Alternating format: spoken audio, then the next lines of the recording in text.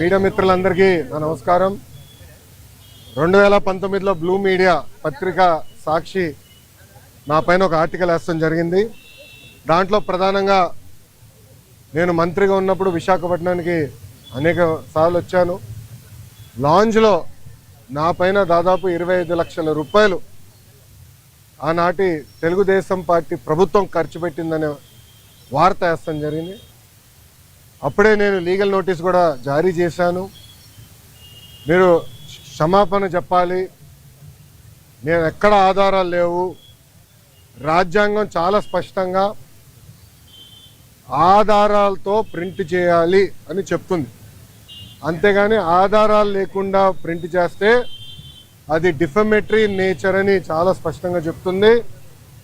మీరు ఎట్టి పరిస్థితుల్లో రిజైండర్ ప్రింట్ చేయండి అని ఆనాటి సాక్షి కానివ్వండి, అదేవిధంగా దేశవ్యాప్తంగా ప్రింట్ అయ్యే ప్రతి వారం ప్రింట్ అయ్యే మ్యాగజైన్ ద వీక్ కూడా మనం నోటీసులు జారీ చేస్తాం జరిగింది.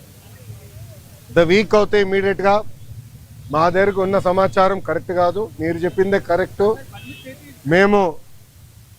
మేము రిజైండర్ ప్రింట్ చేస్తామని వాళ్ళు చాలా స్పష్టంగా ప్రింట్ చేస్తాం జరిగింది. కానీ బ్లూ మీడియా గురించి మీకు బాగా తెలుసు. తప్పుడు వార్త పదే పదే రాసి అది నిజం చేయాలని ప్రయత్నిస్తుంది.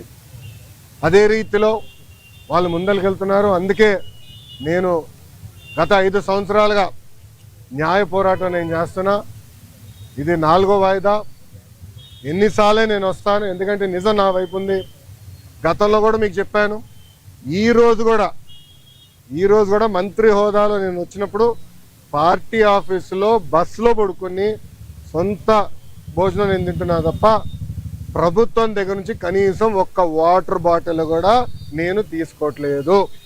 నేను ఇక్కడికి వచ్చిన వాహనం కూడా నా సొంత వాహనం, దాంట్లో డీజిల్ కూడా పోసుకుని నా సొంత నిధులతో, ఎక్కడ ప్రభుత్వం పైన ఆధారపడకూడదని మా తల్లి భువనేశ్వరి గారు నాకు చిన్నప్పటి నేర్పించారు.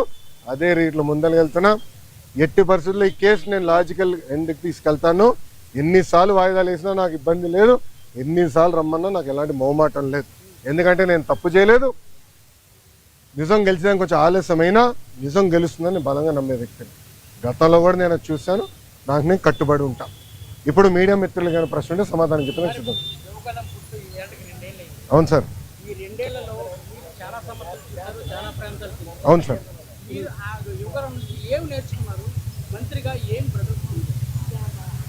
అన్న, నేను స్టాన్ఫర్డ్లో ఎంబీఏ చేశా. నేను స్టాన్ఫర్డ్ ఎంబీఏకి అప్లై చేసినప్పుడు ఒక ప్రశ్న ఉంటుంది స్టాన్ఫర్డ్లో, వై స్టాన్ఫర్డ్ ఎంబీఏ అని. అంటే ప్రైవేట్ రంగం నుంచి రాజకీయాల్లోకి నేను రావాలనుకుంటున్నాను, ఏదో ఒక టైంలో వస్తాను, స్టాన్ఫర్డ్ ఎంబీఏ నేను ప్రిపేర్ చేస్తున్నాను భావిస్తున్నాను అనుకున్నాను అని రాశా. కానీ అక్కడికి వెళ్ళి చదువుకున్నారు, నాకు అర్థమైందంటే స్టాన్ఫర్డ్ ఎంబీఏ బిజినెస్కి మంచిది అని.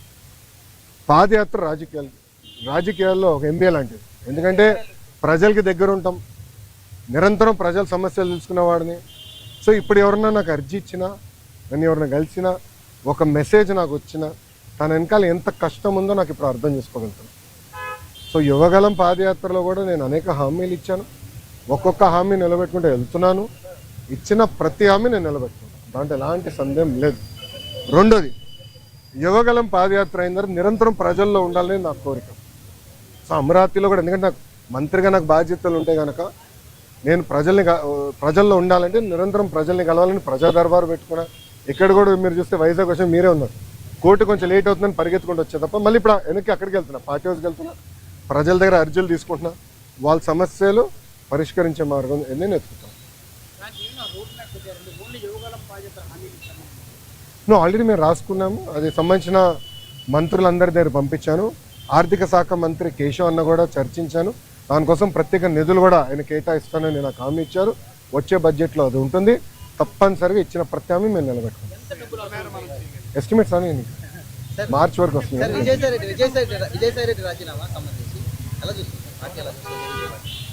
ఏ పార్టీ? వైకాపానా తెలుగుదేశం పార్టీ. ఇప్పుడు ఒకటన్నా, తల్లి చెల్లికే జగన్మోహన్ రెడ్డి గారి పైన నమ్మకం లేదు, ఇంకా పార్టీలో ఉన్న నాయకులకు ఎలాంటి నమ్మకం ఉంటుంది? నేను ఎప్పటి నుంచో చెప్తున్నా, వైకాపా నాయకులు డబ్బుల కోసం పార్టీనే అమ్మేస్తాడు ఈయన అని. ఇప్పుడు అది నిజం అవుతుంది కదా. ఒక్కొక్కరు రాజీనామా చేసుకుంటూ వెళ్తున్నారు దానికా. నేను శిక్ష పడదని నేను ఎక్కడన్నాను తల్లి? నో ఐఎమ్ సారీ, నేను ఎక్కడన్నా శిక్ష పడదని. ఇప్పుడు లిక్కర్ కానివ్వండి, ఇప్పుడు ఒకటమ్మా 2019 నుంచి 24 వరకు మేమందరం ప్రజల్లో ఉన్నాం. పాదయాత్రలో కూడా నేను చెప్పా, ఎవరు నేను వదిలిపెట్టాను, ఏ అధికారులు రాజకీయ నాయకులు చట్టాన్ని ఉల్లంఘించారు ఎవరిని వదిలిపెట్టాను. ఇప్పుడు దర్యాప్తు జరుగుతుంది, ఇన్వెస్టిగేషన్ జరుగుతుంది, త్వరలోనే అన్ని బయటకు వస్తే నేను భావిస్తున్నాను.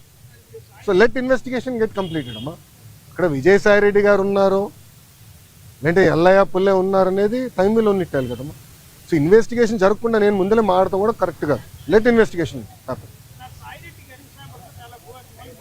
ఎస్ ఎస్ మీరు కాకినాడ పోర్ట్ విషయం కూడా మీ అందరు తెలిసిన విషయమే. కాకినాడ పోర్ట్ కూడా అడ్డగోలుగా తుపాకులు పెట్టి రూపాయి ఆస్తిని సుమారుగా 6 పైసలకి కొట్టేసానికి ప్రయత్నించారు. కొట్టేశారు, క్షమించాలి, ప్రయత్నం కాదు, కొట్టేశారు, ట్రాన్స్ఫర్ చేసుకున్నారు. కేసు పడింది, దానిపైన ఈడీ వాళ్ళు కూడా లవ్ లెటర్లు రాశారు విజయసాయి రెడ్డి గారికి, రా బిడ్డ రా అని ఇంటికి. అన్నీ బయటకు వస్తున్నాయి కదా, సిమిలర్ ఫ్యాషన్ దీనిపైన కూడా కంప్లైంట్లు వస్తాయి, తప్పనిసరిగా యాక్షన్ తీసుకుంటాం. సో ప్లీజ్ బీ పేషెంట్, ఓపిక పట్టండి స్వామి, దర్యాప్తు జరుగుతుంది కదా. అవునండి, ఇప్పుడు మనం కూడా మాట చెప్పా, ప్రభుత్వ పరిస్థితి గురించి కూడా దయచేసి ఒకసారి ఆలోచించండి. గత ప్రభుత్వం చేసిన అవినీతులన్నిటిపైన ఒకేసారి నేను దర్యాప్తు చేయాలంటే ఇంకా లా అండ్ ఆర్డర్కి పోలీసులు మిగలరమ్మా. ఎందుకంటే భూ అక్రమాలు కానీ, ఇసుక అక్రమాలు కానీ, మద్యం అక్రమాలు కానీ, గాలి కూడా అమ్మేశారు స్వామి. ఇంకా లా అండ్ ఆర్డర్కి పోలీసు ఉండేదాకా ఉండదు. ఎందుకంటే ఒక్కొక్క ఇన్వెస్టిగేషన్ చాలా డీప్కి వెళ్ళాలి, పకడ్బందీగా చేయాలి. ఇప్పుడు లిక్కర్ ఉంది, చాలా పకడ్బందీగా చేస్తున్నారు. ఎవరెవరికి ఎప్పుడెప్పుడు ఎంత డబ్బులు ఎవరి చేతుల నుంచి మారినాయి మొత్తం వివరాలన్నీ సేకరించాం. సో ఇన్వెస్టిగేషన్ చాలా వేగవంతంగా జరుగుతుంది. ఒక్కొక్కటి చేయలేము, అన్నీ ఒకేసారి చేసే కెపాసిటీ మటుకు ప్రభుత్వానికి ఉండదు. ఎందుకంటే గతంలో అన్ని అక్రమాలు జరిగినాయి. నేను కూడా దీనిపైన చాలా స్పష్టంగా సార్, దావోస్ పర్యటనలో ఏమీ తీసుకురాలేదని చెప్పి మంత్రి అమర్ లాంటి వాళ్ళు మాట్లాడి ప్రశ్నిస్తున్నారు. ఏం చెప్తారు సార్? అరే కోడిగుడ్డుని నేను సూటిగా ప్రశ్నిస్తున్నా, మీరు మంత్రిగా ఉన్నప్పుడు మీరు ఏం తీసుకొచ్చారు ఆంధ్రాకి?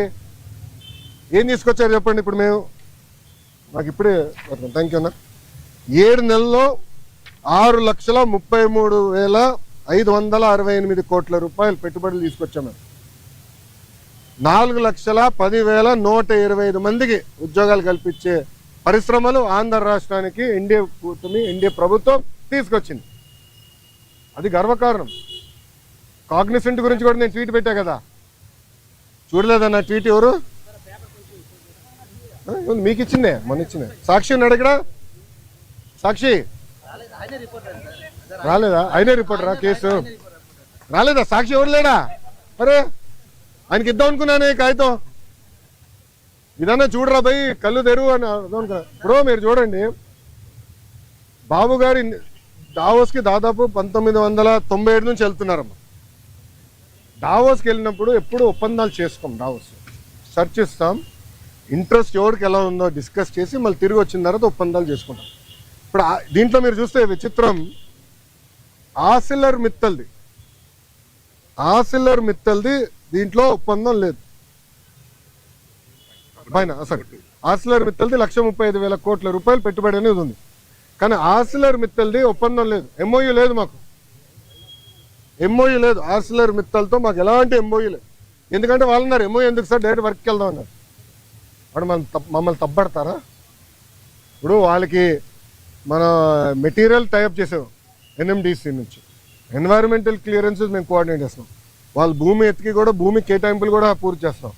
6-7 నెలల్లో పనులు ప్రారంభించాల లక్ష్యంతో మేము పనిచేస్తున్నాం. ఎన్నికలకు వెళ్ళే లోపల ఫస్ట్ ప్రొడక్షన్ అవ్వాలనేది మేము చేస్తున్నాం. అది కూడా మమ్మల్ని తప్పబడతారా? ప్రధానంగా ఏదైతే ఈ బల్క్ ప్రాజెక్ట్ తీసుకోండి, గ్రీన్ హైడ్రోజన్ ప్రాజెక్ట్ తీసుకోండి, అవును, ఇవన్నీ మంత్రిగా నేనున్నప్పుడు సంతకం పెట్టాను, ఇది టీడీపీ ఎందుకు క్రెడిట్ తీసుకుంటుందంటూ కూడా మాట్లాడుతున్నారు. ఏం సంతకం పెట్టాడు స్వామి? మంత్రిగా మళ్ళీ కంపెనీలు ఎందుకు రాలేదని అడుగుతున్నాను నేను. ఎందుకు మీరు శంకుస్థాపన చేయాలా? ఇది ఎట్టుందంటే కియా మోటార్స్ ఎవరు తీసుకొచ్చారు మీ అందరు బాగా తెలుసు. ఆనాడు కియా మోటార్స్ తీసుకొచ్చి చంద్రబాబు నాయుడు గారు అహర్నిశలు కష్టపడ్డారు. 16 నెలల్లో ప్రొడక్షన్ తీసుకొచ్చారు. వైకాపా ప్రభుత్వం అధికారంలోకి వచ్చిన తర్వాత ఒక ఈమెయిల్ సృష్టించి గతంలో రాజశేఖర రెడ్డి గారు ఈమెయిల్ పెట్టారు, ఆ ఈమెయిల్ వల్ల కియా మోటార్స్ వచ్చిందండి. ఇంకేం చెప్పాలి స్వామి. టీసీఎస్ కూడా క్రెడిట్ తీసుకున్నారు, మీరు చూసారో లేదో. టీసీఎస్ కూడా క్రెడిట్ తీసుకోవడానికి ప్రయత్నించారు. మేము తీసుకొచ్చి నేనే చంద్ర గారితో మాట్లాడి ఆయన ఆఫీస్కి వెళ్ళాను స్వామి. ఆయనతో 45 నిమిషాలు 1-on-1 నేను మీటింగ్ పెట్టుకున్నాను. తర్వాత నా అదృష్టం ఏంటంటే చంద్ర గారు వాళ్ళు మొత్తం మేనేజ్మెంట్ ఇంపార్టెంట్ లీడర్స్ అందరిని పిలిచి నాతో మీటింగ్ పెట్టించారు తెలుసా. అక్కడ క్లీన్ చేసాం మేము. ఇది తాజ్ హోటల్స్ కానివ్వండి, టీసీఎస్ కానివ్వండి, రెన్యూబుల్ ఎనర్జీ కానివ్వండి, అన్నీ. ఇప్పుడు మీరందరూ ఒకటి గుర్తుపెట్టుకోవాలి.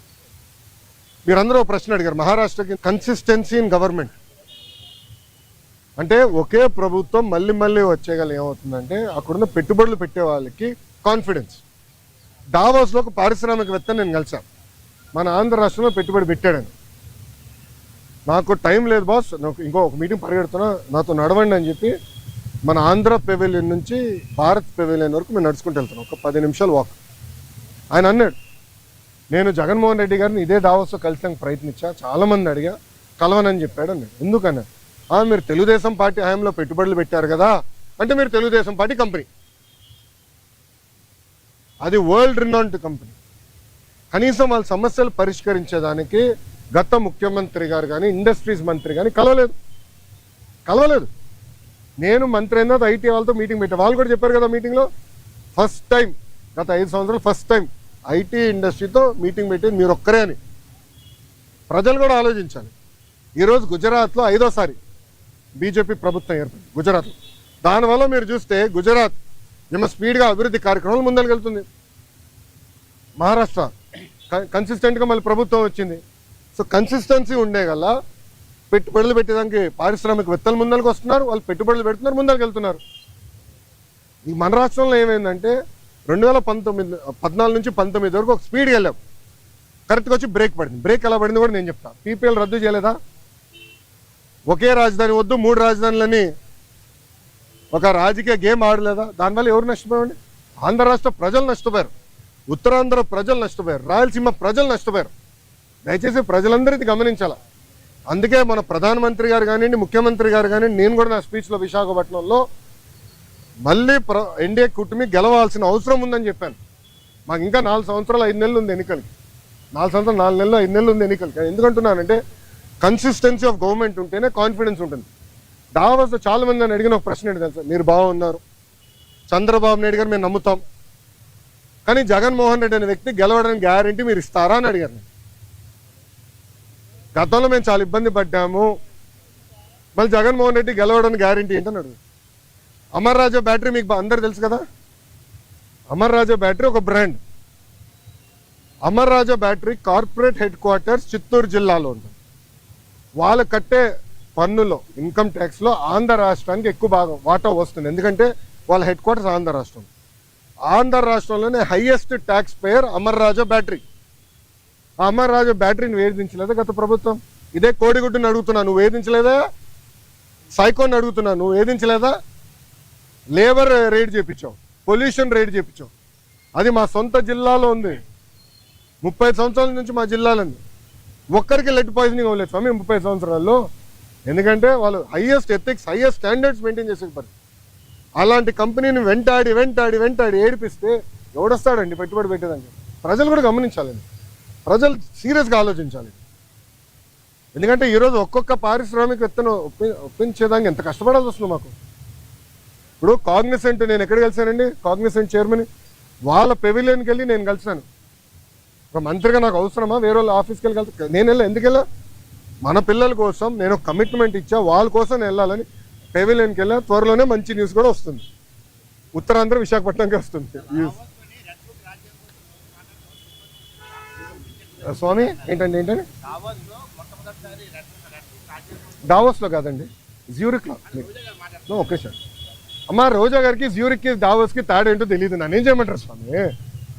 పాపం ఆమెకు తెలీదు, దాంతో అవగాహన లేనట్టుంది. కొంచెం వాస్తవాలు ఏంటి, జ్యూరిక్లో మేము దిగిన రోజు తెలుగు వాళ్ళందరూ బాబు గారిని కలవాలంటే మండే ఆఫ్టర్నూన్ 700 మందితో, ఎందుకంటే అక్కడ అందరూ బాగా కష్టపడతారు ఉద్యోగాలకు వెళ్ళే వ్యక్తులు. మండే ఆఫ్టర్నూన్ 700 మందితో మీటింగ్ పెట్టుకుంది. అక్కడ ఒక అతను నాకు ఎత్తాడు, చూపించాడు పేపర్, అన్న రెడ్ బుక్ గురించి మాట్లాడు అని చెప్పాడు. అతనికి సమాధానం చెప్తూ నేను మాట్లాడా, డావోస్ నేను మాట్లాడాను. రెండోది మళ్ళీ చెప్తున్నా, రెడ్ బుక్ గురించి ఎందుకు వాళ్ళు భయపడుతున్నారు? రెడ్ బుక్లో విశాఖపట్నంలో చెప్పా, విజయనగరంలో ముగింపు సభలో కూడా చెప్పా. రెడ్ బుక్లో నేనేం చెప్పా, ఏ అధికారులు నాయకులు చట్టాన్ని ఉల్లంఘించి ప్రజల్ని, తెలుగుదేశం పార్టీ కార్యకర్తలు ఇబ్బంది పెట్టారో వాళ్ళని నేను వదిలిపెట్టను అన్నా. ఎందుకు భయపడుతున్నారు స్వామి? చట్టాలు ఉల్లంఘించే వాళ్ళు అన్నాను కదా, ఎందుకు భయపడుతున్నారు? చట్టాలు ఉల్లంఘించలేకపోతే ఆగి ఇంట్లో పడుకోండి అంటే ఆమె భయపడుతుంది, చట్టం ఉల్లంఘించింది కదా. విజయసాయిరెడ్డి రాజకీయ సన్యాసం మీరు రెడ్ బుక్ భయపడి అనుకోవచ్చు కదా? అది ఆయన నడితే బాగుంటుంది కదా సార్, నాకేం తెలుసు. మీరు ముందే చెప్పారు. నేను చట్టాన్ని ఉల్లంఘించే వాళ్ళని ఇబ్బంది పెడతాను నేను.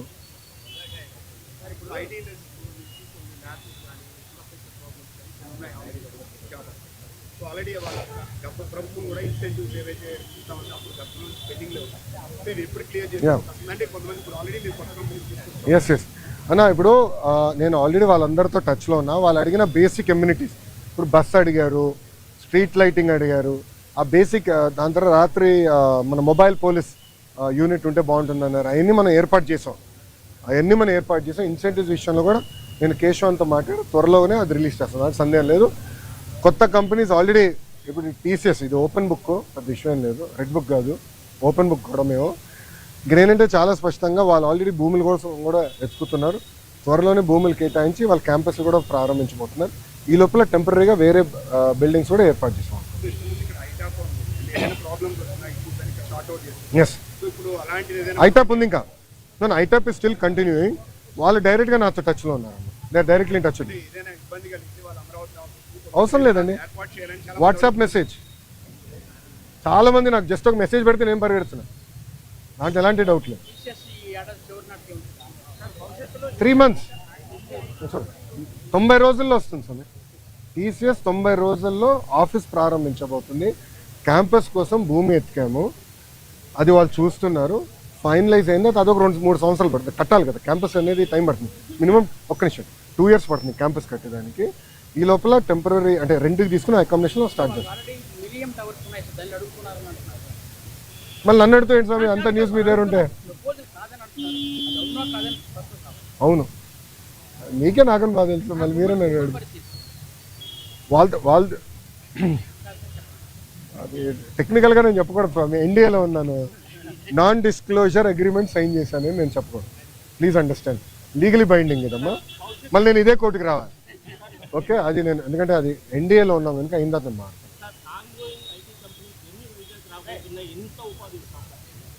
అన్న, నా అంచనా ప్రకారం 5 సంవత్సరాల్లో కనీసం 5 లక్షల మంది ఐటీ రంగంలో వైజాగ్లో ఉద్యోగాలు కల్పిస్తాం. 5 లక్షలు. ఎందుకంటే నేను ఓపెన్గా చెప్తున్నా, 2014 నుంచి 2014 నుంచి 19 వరకు ఒక రెసిస్టెన్స్ ఉండే, ఎందుకో కానీ నేను ఎంత ట్రై చేసినా అంత ఈజీగా వచ్చేవారు కాదు. కానీ ఈసారి చాలా పాజిటివ్గా రెస్పాండ్ అవుతున్నారు. లేదు చేయాలి, ఆంధ్ర రాష్ట్రంలో మేము అనుకున్నంత స్థాయిలో మేము ఈనాడు పెట్టుబడులు పెట్టలేదని విప్రో, ఇంక్లూడింగ్ విప్రో, రిషబ్ ప్రేమ్జీతో కూడా నేను మాట్లాడాను, వాళ్ళతో కూడా డిస్కషన్ చేశాను. సో అందరు కూడా ఇప్పుడు ఎక్స్పాన్షన్ మోడ్లో ఉన్నారు. లేదు ఎట్టి పరిస్థితుల్లో వైజాగ్లో చేయాలని తప్పంతో ఉన్నారు. నేను అనుకుంటా కనీసం 5 లక్షల మందికైనా చేయగలుగుతాను.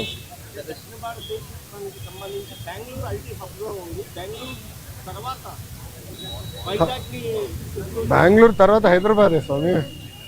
ఇప్పుడు ఓపెన్గా మాట్లాడుకుంటే బెంగళూరు ఐటీ రంగంలో బెంగళూరు నెంబర్ 1, దాని తర్వాత వైజాగ్, దాని తర్వాత చెన్నై కూడా ఉంది.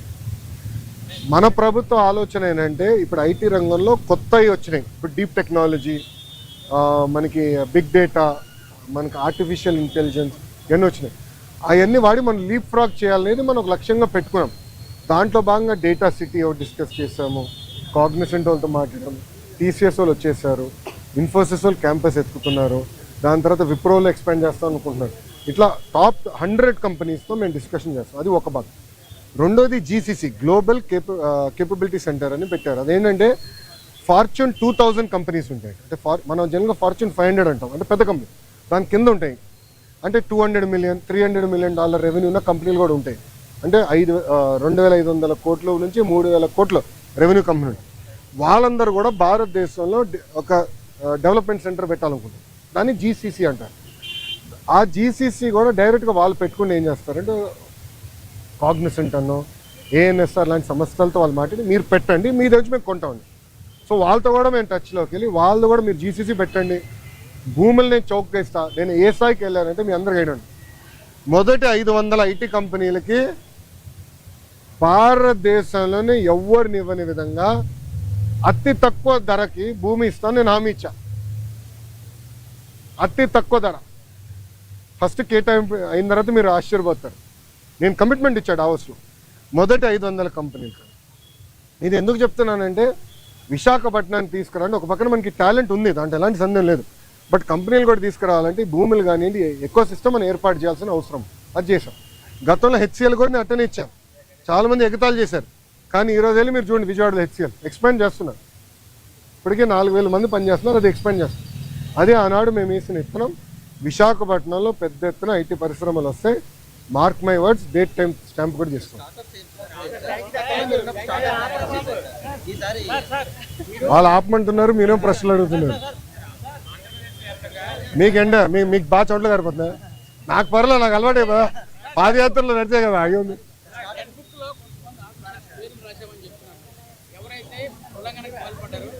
అవినీతికి పాల్పడ్డారో వాళ్ళందరూ పేరు.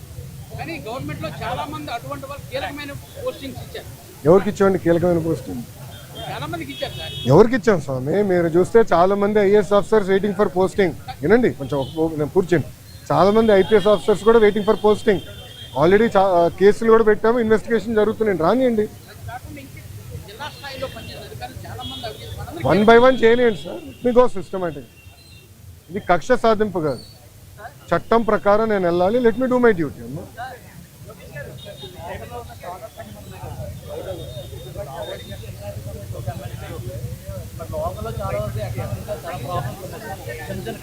అవును అవును, దానికి ఏం చేసామంటే అమ్మా, నెక్స్ట్ బడ్జెట్లో రతన్ టాటా ఇన్నోవేషన్ హబ్ అని రతన్ టాటా గారి పేరుతో పెట్టామమ్మా. దానికి ఒక ఎకో సిస్టమ్ క్రియేట్ చేయాలి, దానికి ఒక పాలసీ మేము తీసుకొస్తాం. నెక్స్ట్ బడ్జెట్లో పెట్టి ఏప్రిల్ నుంచి మేము సీడ్ చేస్తాం. సో డబ్బులు కేటాయింపులు కానీ అన్నీ చేసే వచ్చి మేము తీసుకుంటాం. Okay sir, sorry. అవును సార్.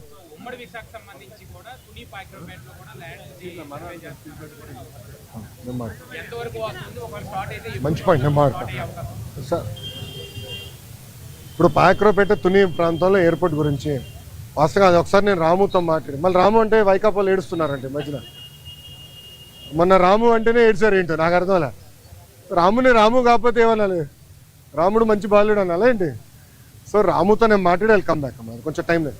అది కాదు విచిత్రం అంటే చెప్తాను. ఈరోజు మీరు ఎవరు విశాఖ స్టీల్ ప్లాంట్ గురించి అడగల.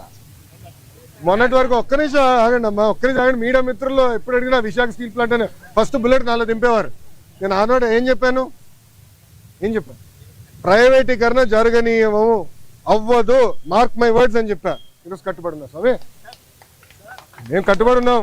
ఎన్డీఏ ప్రభుత్వం ప్రజల దయవల, ఇదేదో మేము మా గొప్పతనం కాదు, ప్రజలు అద్భుతమైన మ్యాండేట్ ఎన్డీఏకి ఇచ్చింది కనుక ఈరోజు మేము మాట్లాడగలుగుతున్నాం. భారతదేశంలో అనేక ఉక్కు ఫ్యాక్టరీలు ప్రైవేటీకరణ జరుగుతుంటే కేవలం ఒక విశాఖ ఉక్కు కాపాడుకోగలం. దానికి కారణం మీరు ప్రజలు మాకు ఇచ్చిన మ్యాండేట్.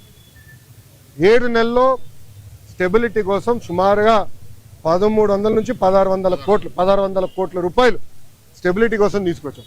ఇప్పుడు 11,000 కోట్ల రూపాయలు కేంద్ర ప్రభుత్వం నిధులు తీసుకొచ్చాం. ఆంధ్ర రాష్ట్ర ప్రభుత్వంగా సుమారుగా 2,500 కోట్లు వేస్తున్నాం. ఇది by way of water, by way of power stability ఇచ్చడం.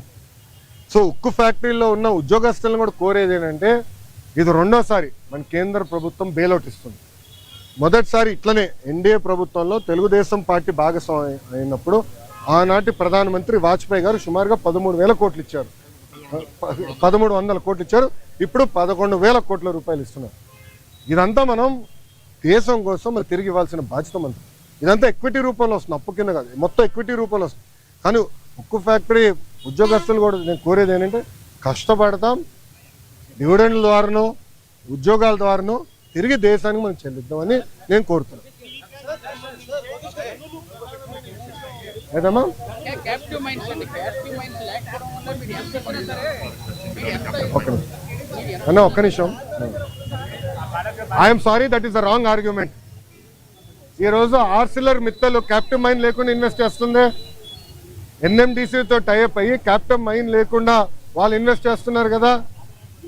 వాళ్ళు 14 మిలియన్ మెట్రిక్ టన్ ప్లాంట్ వాళ్ళు ఇన్వెస్ట్ చేస్తున్నారు 2 దశల్లో. సో అది కావాలని ఇన్ఎఫిషియన్సీని దాంట్లోకి దోస్తున్నారు.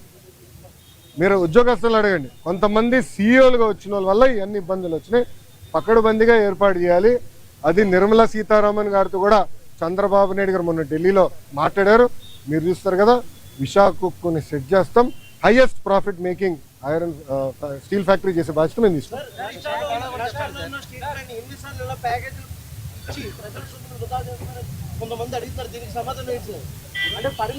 విచిత్రం ఏంటంటే చేయకపోతే ఏమో ప్రైవేటీకరణ అని మీరే అడుగుతారు, ఇస్తే ఏమో ప్రజల డబ్బు వృధా చేస్తాను అన్న. ఒక మాట, విశాఖ ఉక్కుకి చాలా ఎమోషనల్ అటాచ్మెంట్ ఉంది ఆంధ్ర రాష్ట్ర ప్రజలకు.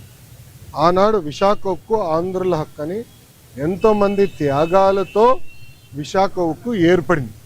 కొంతమంది అధికారుల ఇన్ఎఫిషియన్సీ వల్లనే, మళ్ళీ ఐఎమ్ రిపీటింగ్, కొంతమంది అధికారుల ఇన్ఎఫిషియన్సీ వల్లనే ఆ ఉక్కు ఫ్యాక్టరీ ఇలాంటి పరిస్థితికి వచ్చింది. లేదంటే it is one of the highest profit making. విశాఖకున్న టెక్నాలజీ కూడా అద్భుతమైన టెక్నాలజీ అన్న. నేను హైదరాబాద్లో ఇల్లు కట్టుకున్నప్పుడు విశాఖ స్టీలే వాడా. ఇప్పుడు అమరావతిలో ఇల్లు కట్టబోతున్నా, విశాఖ స్టీలే వాడతా. ఎందుకంటే నాకు నమ్మకం ఉంది ఆ స్టీల్ మీద. క్వాలిటీ, ఒక్క నిమిషం వినండి పూర్తి, క్వాలిటీ పైన నాకు నమ్మకం. అంటే అంత మంచి టెక్నాలజీ ఉంది విశాఖ. కొంతమంది లీడర్షిప్ వల్ల దెబ్బతిన, అది నిర్మలా సీతారామన్ గారితో కూడా చర్చ జరిగింది. పకడ్బందైన లీడర్షిప్ని మేము తీసుకొస్తాం, దాని దారిలో పెడతాం. డివిడెండ్ ద్వారా, ఉద్యోగాల ద్వారా మళ్ళీ దేశాన్ని తిరిగి మేము డబ్బులు ఇస్తాం. ఓకేనా? పాపం మీ వాళ్ళకి చోట్ల గారిపోతున్నాయి. ఒక్క నిమిషం, మళ్ళీ సమాధానం చెప్పొద్దు, పారిపోయానని మీరే రాస్తారు. బాగండి, చెప్పండి సార్. సారీ, రిపీట్ చేయండి సార్. సాయిరెడ్డి గారు ఏమన్నారండి? రాజకీయ సన్యాసం తీసుకుంటున్నా అని చెప్పారు. ఇంకా మళ్ళీ దాని పార్టీలో చేరేది, టీడీపీలో చేరేది ఏమన్నా?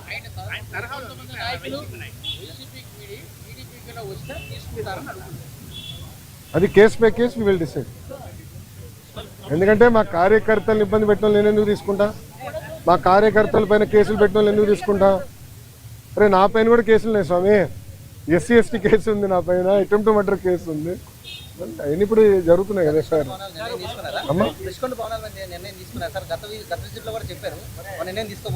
తీసుకోవాలమ్మా. ప్రజలకు ఓపెన్ చేయమంటారా? చూడాలేమో ప్రజలు కూడా. ఒక 3 నెలలు ఓపెన్ చేద్దాం. భారీ ప్యాకేజ్ విడుదల చేయడం ఓకే. స్టీల్ ప్లాంట్ పైన 8 సంవత్సరాలు పోరాడుతున్న వ్యక్తులు ఒకే ప్రశ్న అడుగుతున్నారు. ప్రైవేటీకరణ విషయంలో ప్రభుత్వం ఎందుకు క్లారిటీ ఇవ్వలేకపోతుంది? ప్యాకేజ్ ఇస్తున్నారు స్వామి. ఒక్క నిమిషం. ఇంకా ఎన్నిసార్లు చెప్పాలి స్వామి? ఐఎమ్ సారీ, ఒక్క నిమిషం. చంద్రబాబు నాయుడు గారు చెప్పారు, కుమారస్వామి గారు చెప్పారు, నేను చెప్పా. ఇంకెంతమంది చెప్పాలి స్వామి? ఇంకెంత హామీ ఇవ్వాలి? అరే ప్రైవేటీకరణ జరగదని చెప్తే మళ్ళీ ఇంకా డౌట్ ఏంటి స్వామి? ఒక్క నిమిషం, మీరు ఏ మీడియా స్వామి? ఒక్క నిమిషం, మీరు కొంచెం చదవాలి స్వామి. ప్రైవేటీకరణ జరగదని చెప్పిన తర్వాత ఇంకేం డౌట్ స్వామి? నేను స్ట్రైట్ క్వశ్చన్ మిమ్మల్ని అడుగుతున్నా. ప్రైవేటీకరణ జరగదని నేను హామీ ఇచ్చా, నిధులు తీసుకొచ్చాం, క్యాపిటేషన్ చేసా, ఇంకేం హామీ ఇవ్వాలి నీకు? బాండ్ పేపర్ అని రాసేవాళ్ళ? ఒక నిమిషం, బాండ్ పేపర్ అని రాసేవాళ్ళ నీకు? అరే అందరు జగన్ లాగా ఉండరు, గుర్తుపెట్టుకో. ఏం స్వామి మీరు కూడా అటు మాడితే? అది కాదు, అడిగేదాన్ని కూడా ఒక అర్థం ఉండాలి సార్. ఒక్క నిమిషం, మీడియా మిత్రులు కూడా మీరు ఆలోచించండి.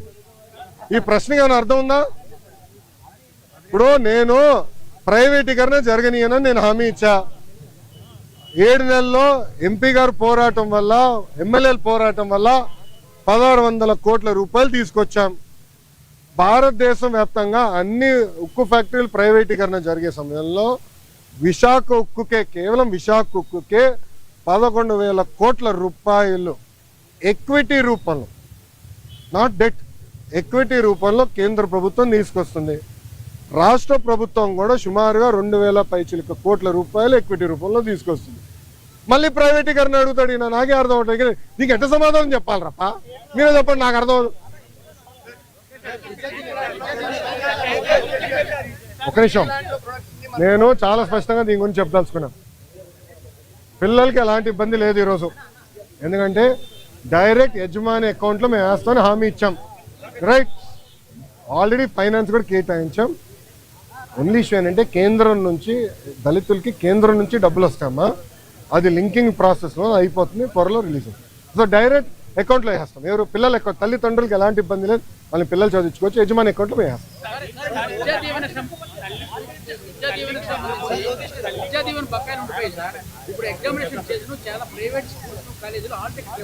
ఒక నిమిషం, ఎవరు ఇవ్వట్లేదు నాకు చెప్పండి, కఠినంగా యాక్షన్ తీసుకుంటా.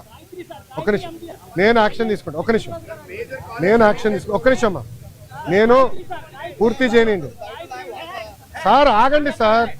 సార్ మీరు వినండి.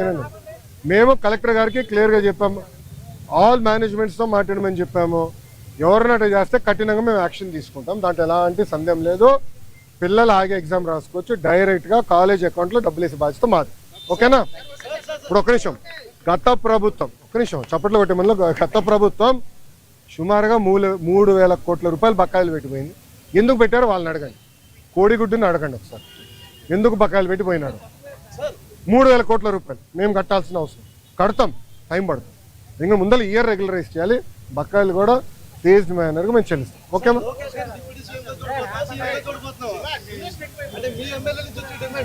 తెలుగుదేశం పార్టీ కార్యకర్తగా చూస్తున్నాను అంతే, నాకు అవసరం లేదు అనా. ఒక్క నిమిషం, చంద్రబాబు నాయుడు గారు నాకు ఏ బాధ్యత ఇచ్చినా అహర్నిశలు నేను కష్టపడతా, పని చేస్తా, పార్టీని బలోపేతం చేస్తా, అంతేగాని పార్టీకి చెడ్డ పేరు మటుకు నేను తీసుకురాను.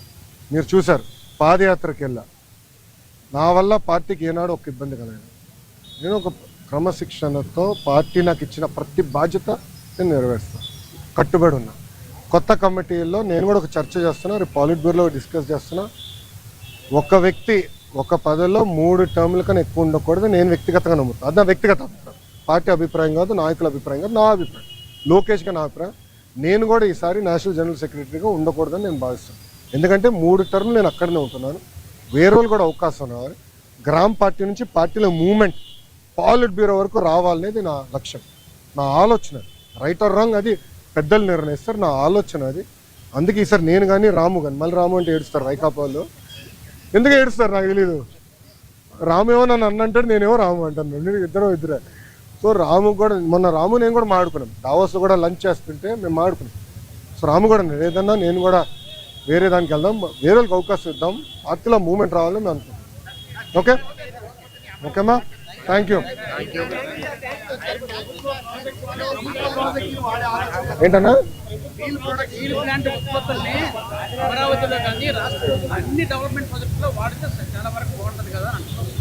అన్న కరెక్ట్ అన్నా, కానీ దానికి ఏమవుతుందంటే అది లీగలీ బైండింగ్ ఆపవచ్చు, అది ప్రాబ్లం.